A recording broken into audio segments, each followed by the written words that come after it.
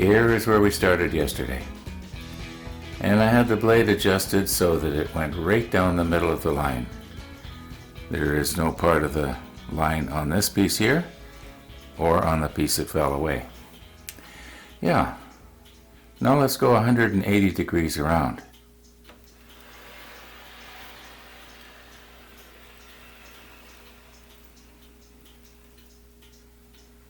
Okay, you can see it really well here.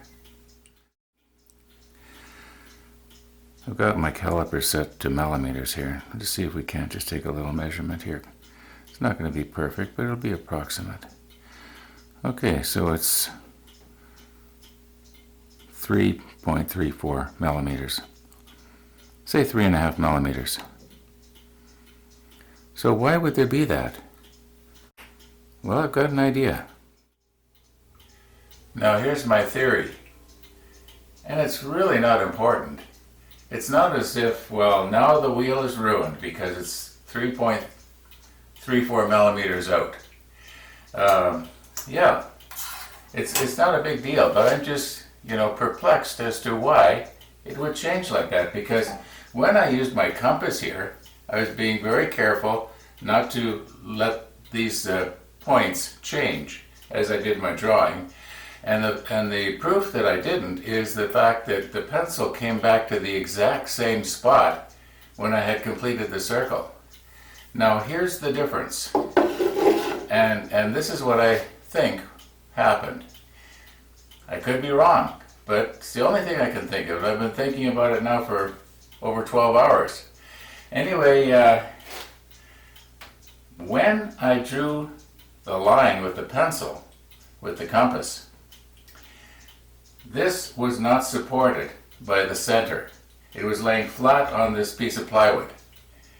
And I was just going around and, doing the measurements. Well, you saw how I did it. However, when I cut it with the bandsaw, it was supported by the center. And I think when it sagged, it may not have sagged evenly. Now, I'm really surprised that it didn't, because I thought this was pretty rigid, with these splices here being as long as they are, and 5 of them glued down tight.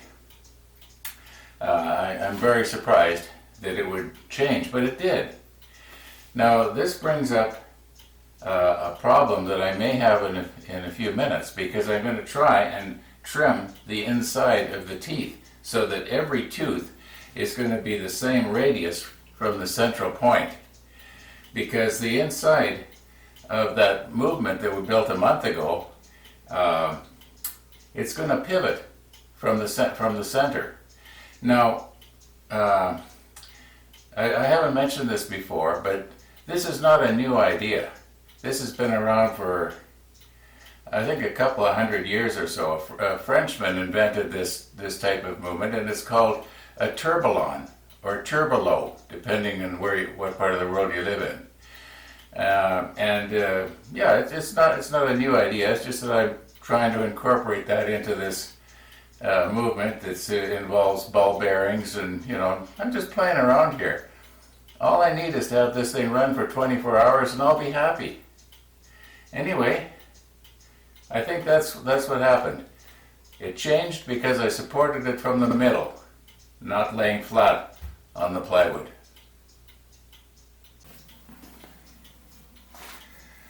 Now I'm going to do something I haven't done before. At least I've never used it before like this. I'm going to speed it up. Right now it's in low gear. I'm going to put it in high gear and get the inches per second of the blade going by, if you know what I mean, as fast as it'll go. And yeah, I think for the job I'm going to do, I kind of want the blade sort of zipping past. It'll sort of cut that oak a lot better. Yeah. Now, point of interest here. Don't know, you can't see it too good, but the belt is just a glorified elastic band. When I bought this bandsaw, I said to the guy, well, that's not going to last very long. I'll take an extra belt. And he says, well, we got 4 of them actually. Last person that bought one ordered 4 and he never picked them up. So do you want 4? I said, no, I'll just take 1. So far, I haven't had to use it. I hope today's not going to be the first day.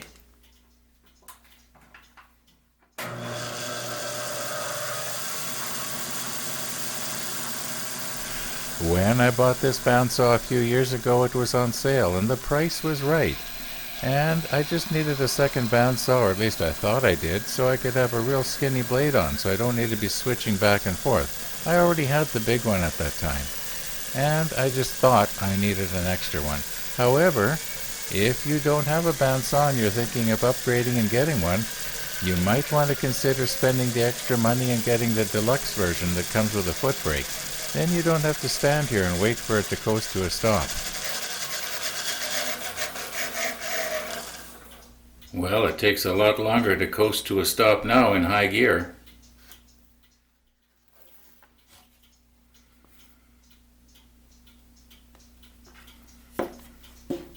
This is CA thick.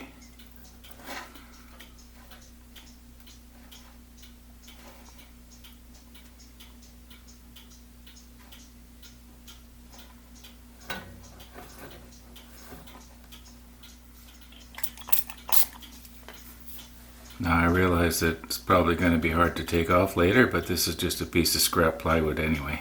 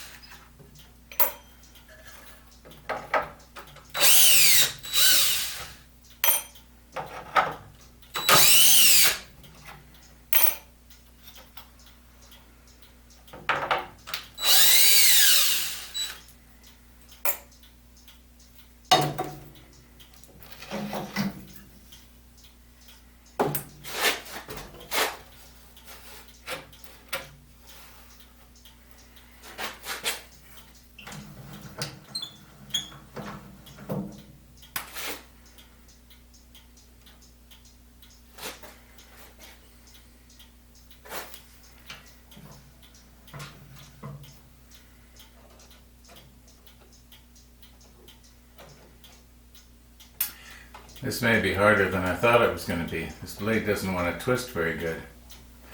I sure don't want to kink it. Yeah.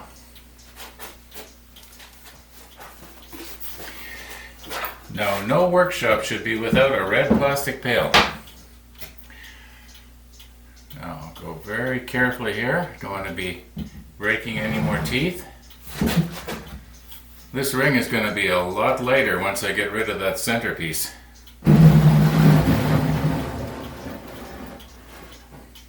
Ooh, don't want to spill my screws. Like that, eh, Jim?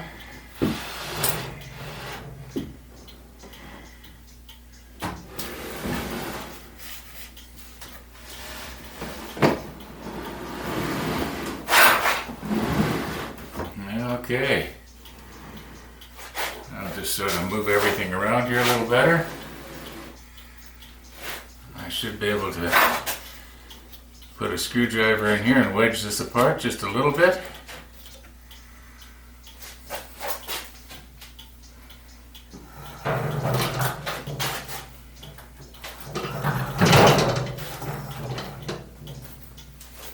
One of these days I'll sweep my floor and then these things will roll easier.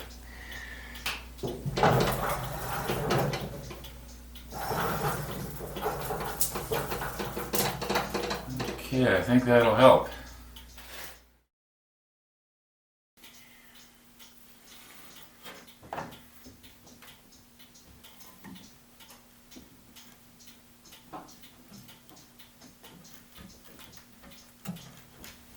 Now this is harder to get through here than I thought.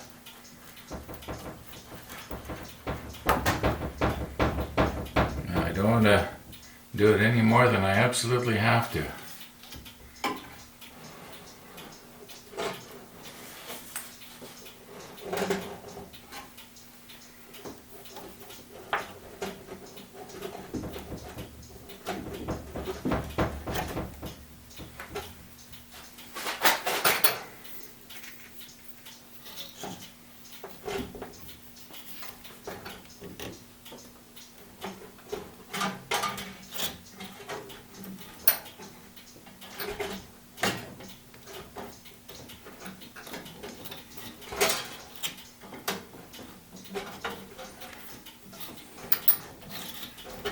Probably my blade is going to slip off of the wheels here. I'll shove that in just a little bit further.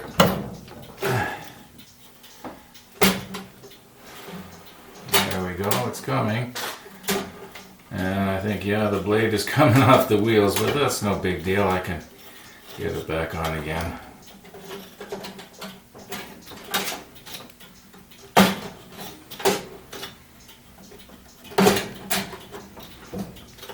A little bit more.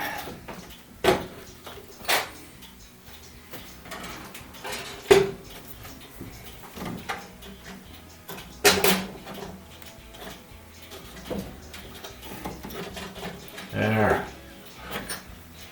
Okay. Now put the splice back on.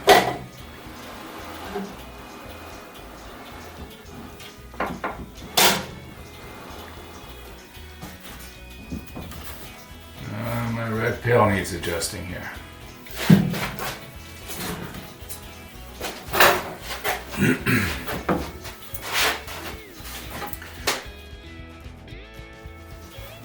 I should have spent the extra and got the self-adjusting red pail, right?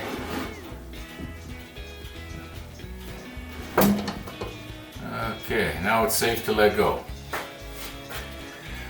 Alright.